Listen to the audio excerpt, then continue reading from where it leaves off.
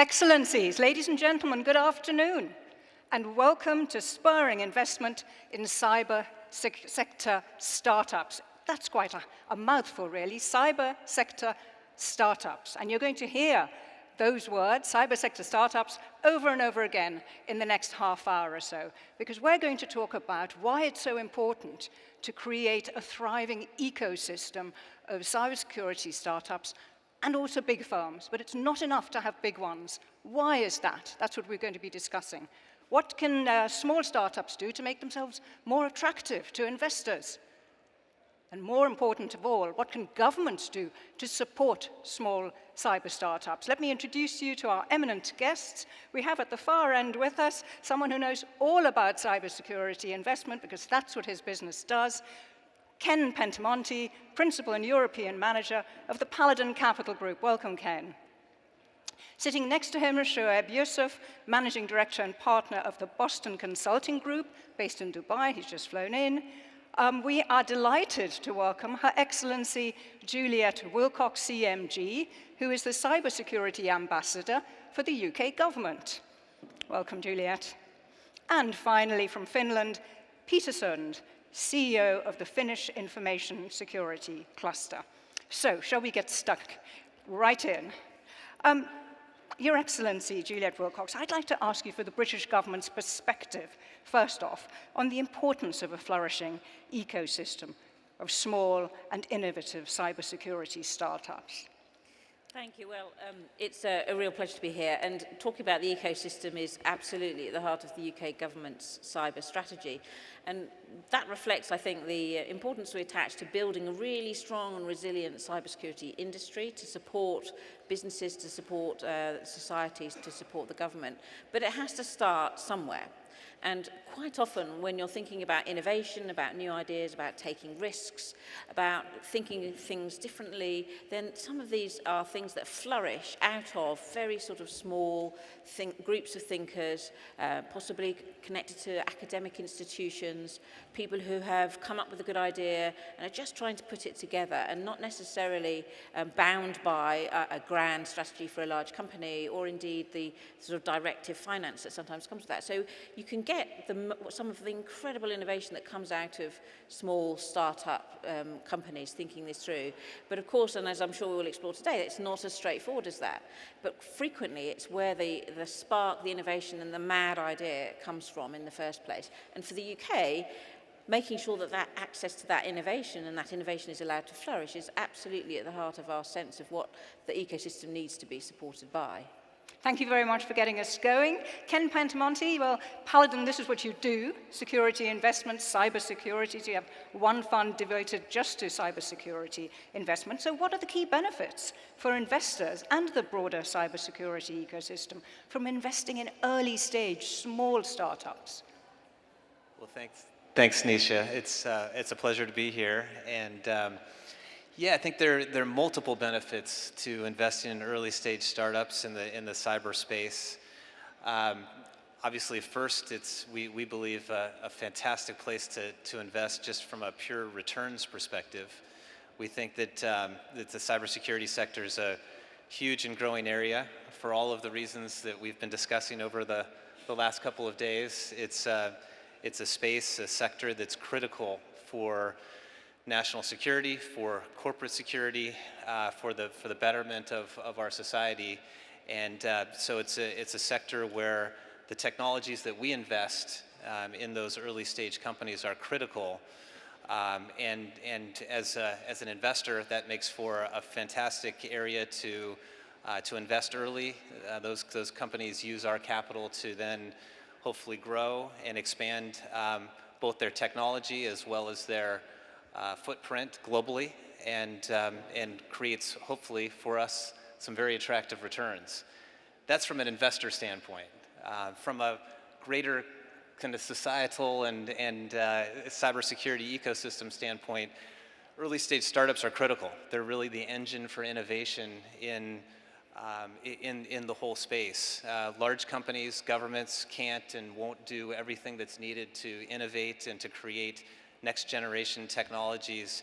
Cybersecurity is very dynamic. It's continually changing, and it needs new technologies that adapt to those changes and address the issues. And startups are a key to doing that.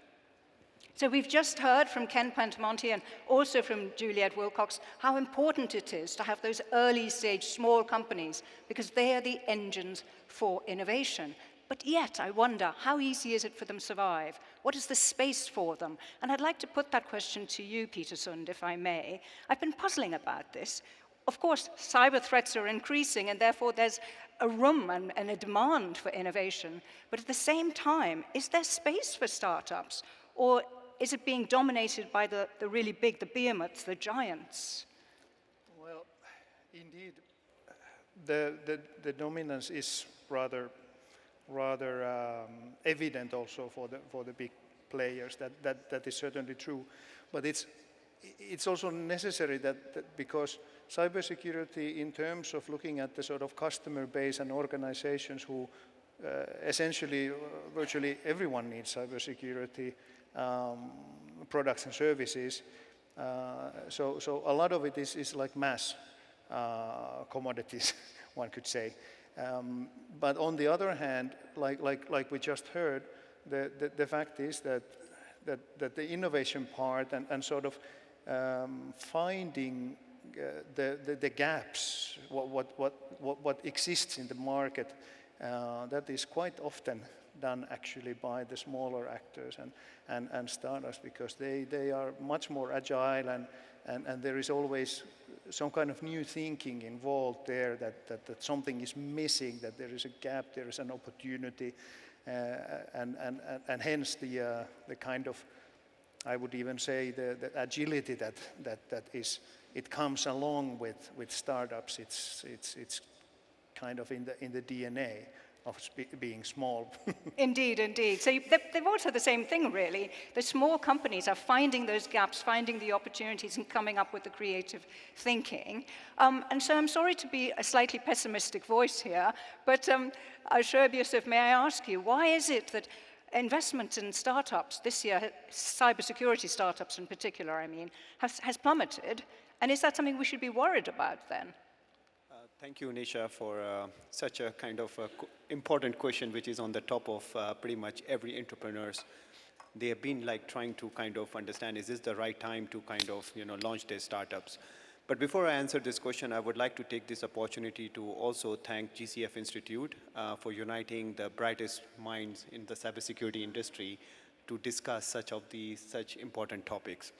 Now, look, when it comes to kind of like the timing of the startup, it is not only cybersecurity, which is actually in the challenging time.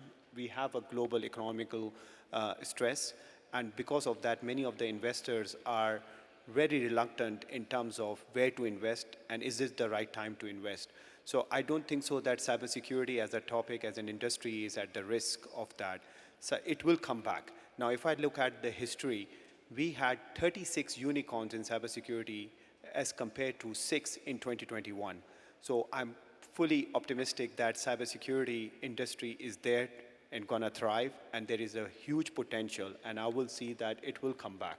So I would not be too worried that is 23 because of the investors are not investing in cybersecurity, which should be discouraging for our entrepreneurs. I think there are opportunities if your startup is tackling the right set of challenges. There are opportunities to get the capital. So I think the market is looking quite promising, and I'm sure that in the coming months, hopefully by 24, 25, we will see much better outlook. Okay, thank you very much, Shoaib. Juliet Wilcox, so you and your team, your department, works closely with cybersecurity providers, big and small. From your perspective, what do you see as the particular challenges that face small companies? So I think my particular team is obviously looking to help companies to export their products, but that's quite a tricky thing for very small companies. the first thing at that stage is they're often not completely clear what their business plan is. So they know they've got a great product. They may have a lot of technical brain power behind it, but they haven't necessarily developed either the business plan or the ability to communicate that. So there's a thing about having the right people and employing the right people to support your growth at the right time. The second thing is finding your pathway to a customer. And when you're very small and you're a startup, you don't have customers. So who's your first one? And who is the customer that is your reference customer that you can talk to and talk about to others as well? And particularly if you're trying to sell into government, you need to have probably sold into government before another government will buy from you, because that's that sense of, I don't know if it works and I'm not sure who I can see who is a bit like me as a potential buyer. And then I think the third thing is how do you have a plan to scale and to know what you're going to do next? You might have a product that is innovative, but as soon as other people see that, there'll be a rush to copy. So what is your next plan? And how can you make sure that you can quickly scale up to the size that your potential customers need? So that understanding of that sort of business life ahead of you, and that's something that I think people need to think about perhaps earlier than they do. There are ways of helping them. And the other alternative, of course, is some of them start up in the hope of being bought by somebody bigger.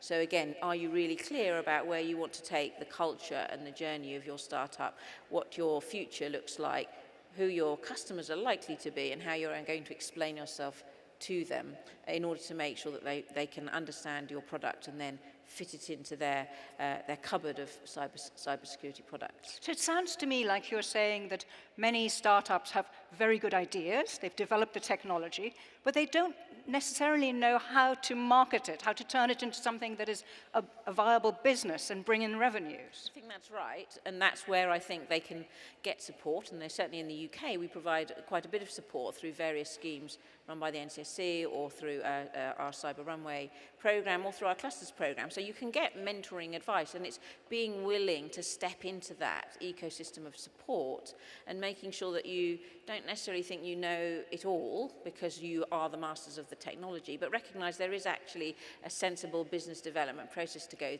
through, even if you're attracting a great deal of venture capital money potentially. That's not the end of it for you. You have to think that through logically. Excellent. So let's get an investment perspective on this now. Ken Pentamonti, how can cybersecurity startups make themselves more attractive to investors? Yeah, that's a great question, and it's one that we deal with every day, looking at dozens of companies every week.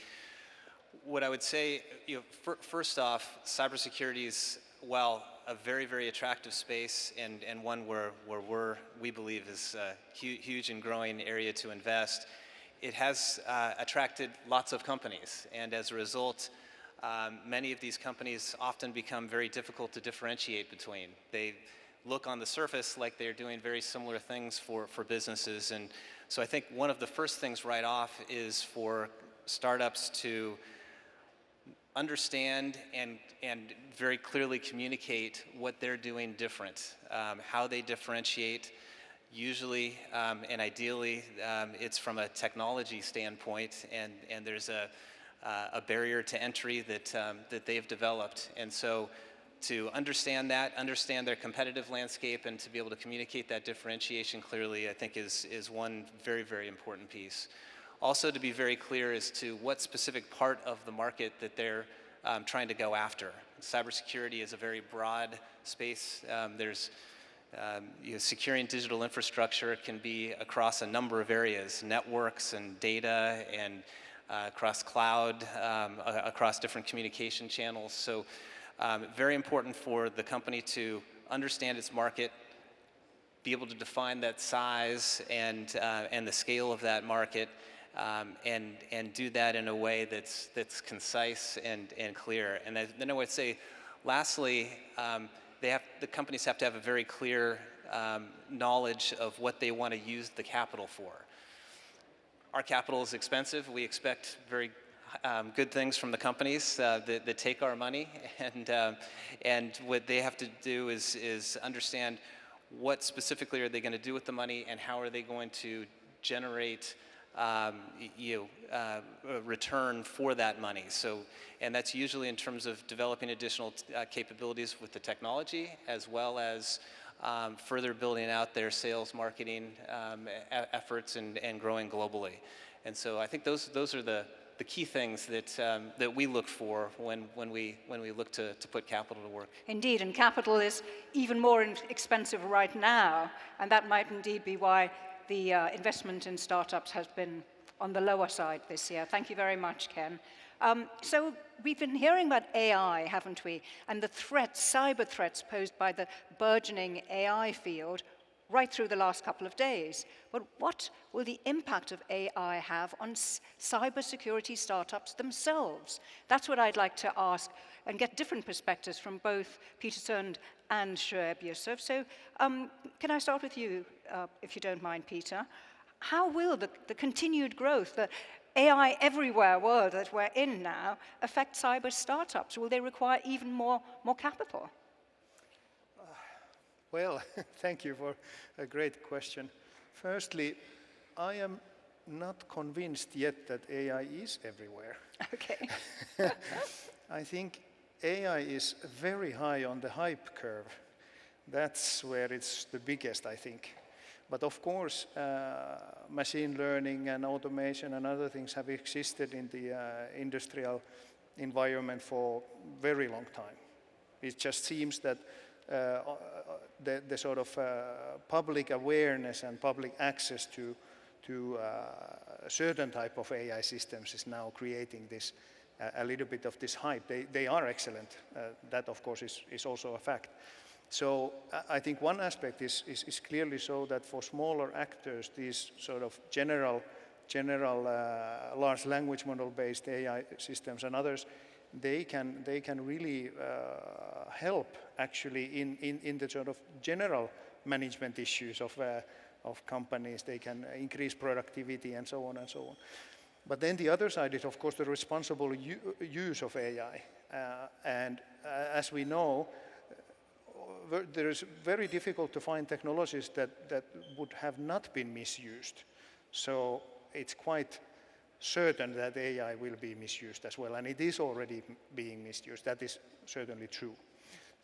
And that's also an opportunity for cybersecurity startups, isn't it? Yeah, that is an opportunity. And maybe if I'll sort of take the other side of this is that it's highly likely that there will be a necessity for AI to sort of counter the bad AI. So it's AI against AI, most likely in the cybersecurity field, in let's say, at least in midterm, I would say. Maybe not short term yet, but midterm. Excellent, thank you. And Shoaib Yusuf, what's your view on this? What's the impact of the increasing penetration of AI into our lives going to be on the startup sector, cybersecurity startups? Thank you so much, Nisha, for a fantastic question. Just building on of my fellow panelist, Peter, I have a slightly different view. I personally believe that AI is indeed everywhere. It is impacting pretty much all sort of industries. It is impacting all how we actually look at things, how we actually perceive things. The sooner or better we identify that it also comes with a lot of opportunities for us, I will see those kind of industries, startups and companies as the leaders, and the companies who are not able to kind of embrace AI and fully understand the opportunities it brings to the particular industry, I personally feel they will be more likely laggards. However, I see AI into two kind of categories. One is AI-centric products and AI-infused products. So AI-centric products are the perfect example of ChatGPTs, Bard by Google. These are AI products. In these kind of things, which has given a phenomenal growth and a broader understanding of the potential of AI, what AI can do. However, AI-infused products, if you look at all kind of products out there, especially coming from the tech leaders, from Oracle to Salesforce to kind of Microsoft, everyone have started to infuse AI into their products. I personally believe This is not a choice, it's must. All of our cybersecurity products eventually has to infuse AI to ensure that we fully unlock the potential of a lot of capabilities. If we won't do it, we will be repeating the same mistakes because the AI tool as a tool is already available to all the bad guys out there. We need to infuse AI into our products. It will give us a scalability. It will give us operational efficiency. It will unlock the potential for us to generate new kind of insights which we are not capable of fully able to deliver on. And is that a challenge or an opportunity for startups? It's not clear to me listening to you. It's absolutely an opportunity. It's absolutely an opportunity. However, the challenge is the scalability and the cost and the investment which is required. But if you look at 20 years ago, the cost of tech was quite high, and eventually in the coming years we will see with the hyperscalers investing, where you see a lot of tech investments going on, eventually the GPU as a service over the cloud will become quite affordable for all the startup ecosystem to fully embrace and start innovating their products over that. I see you nodding your head there, Ken Pentamonti. Yeah, I would very much agree. I think there's a huge opportunity that AI provides. I kind of look at it three different opportunities within cybersecurity. One is just what was mentioned, leveraging AI to make the products, the services better, infusing that within. Many of our companies have already started a path toward leveraging AI in their products to make them faster, to make them easier to use, to make them more effective. Fantastic opportunity. Secondly is leveraging AI to enhance what are very complex, huge data sets within the industry, especially as looking at threats and various different external attacks on networks. There's a huge amount of data that needs to be sorted through and figured out in very quick time. AI is an incredible tool to better do that. I think lastly, AI itself. So the AI-based models.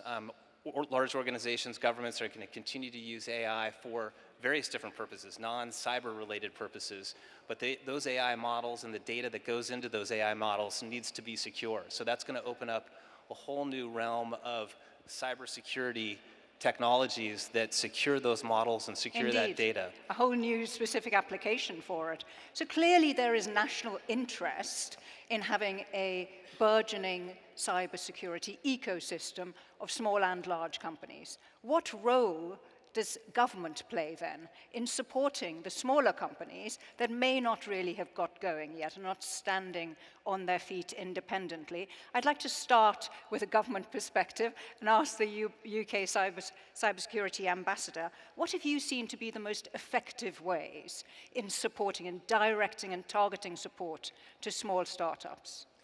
Thank you. Well, we do have actually at least 2 direct and specific schemes that are pointed at helping startups work out what their ideas are, how they develop into something that's a saleable product, how do they get mentored into creating a company that works, where do they find their potential customers, how do they face the idea of growing their financials capacity. And so we do that through, our NCSC actually specifically backs a program for startups.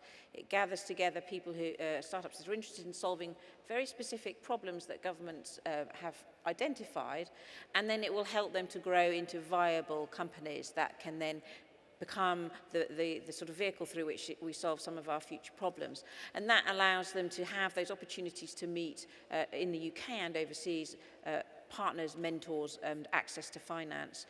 We also do a scheme which we call a sort of cyber runway, which is actually taking companies at all stages, which is, so startups are absolutely there, but there may be companies who are developing in other ways. Again, it provides them those opportunities to find access to markets they may be unsure of, how to get there, of mentorship and of managing money and developing business plans. But we know that without that, it's quite difficult. People are swimming around, not really being quite sure how to connect the dots So being very, very specific about what your country is looking at in terms of its problem sets, and then where you can intervene as a government to help with partners, and they're all with our industry partners that do this. It isn't government that delivers this.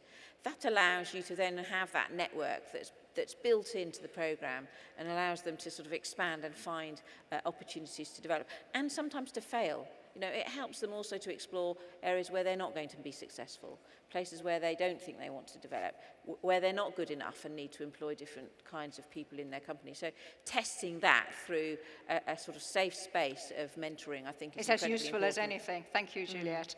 So Peterson, you run the Finnish information security cluster. How do you see the role of government in supporting the smaller companies? Well, definitely. For instance, those kinds of programs and approaches that were just mentioned, as for example for UK.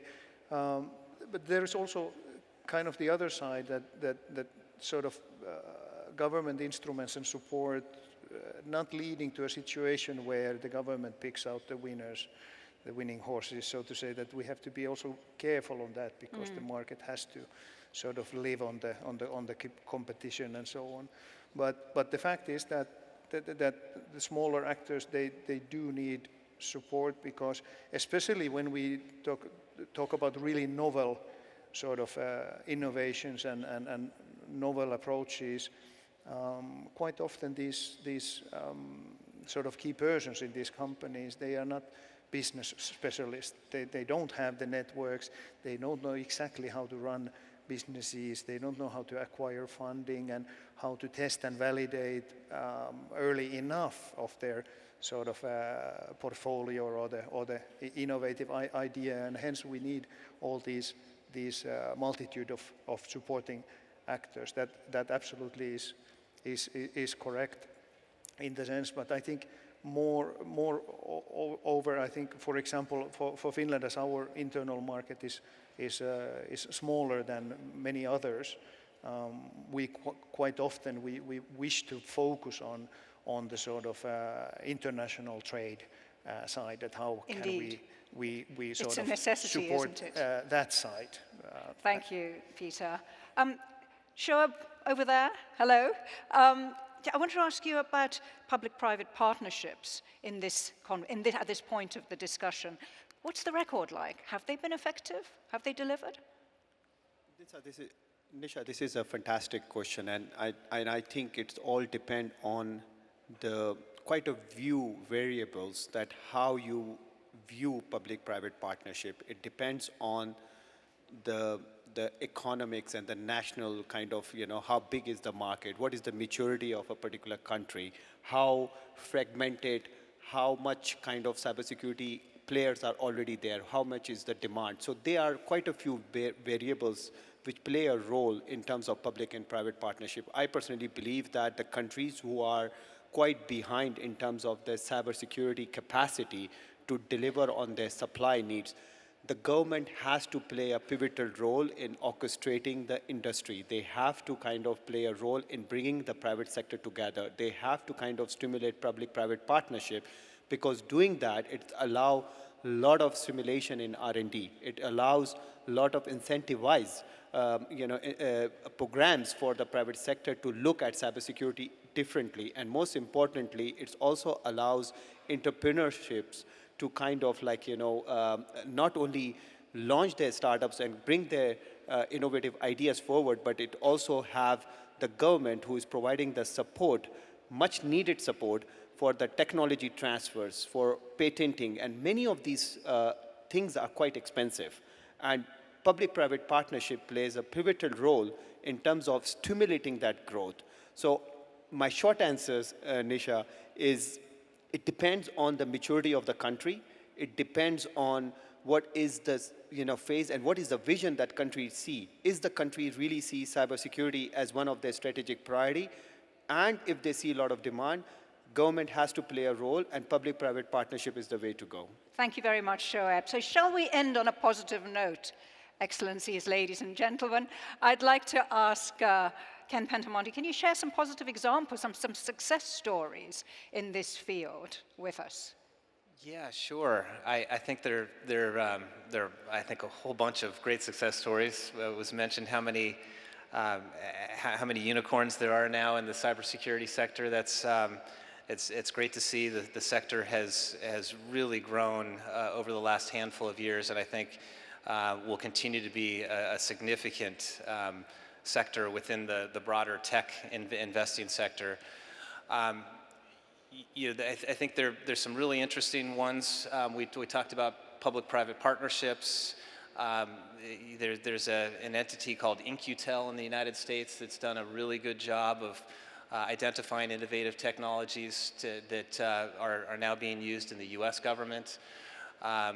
Juliet mentioned a number of programs that the UK government is sponsoring that have been fantastic. We've invested in a few of those companies coming out of those programs. Very, very helpful to get those companies up and going. We're involved in a program in France called the Campus Cyber. That's a public-private partnership between the French government and various corporate sponsors. We're involved in that. We're a mentor, and we get involved early stage, earlier than we would typically invest in companies, but we try to help them scale and get to a stage where they would be ready for our capital. And in fact, we're in process of hopefully making an investment in a first company coming out of that program. So lots of great success stories. I think there's huge opportunity for government and corporate organizations to get together to help facilitate. It is very difficult for very early stage companies to get that initial funding, prove their products, and then be attractive to venture capitalists at a little bit later stage.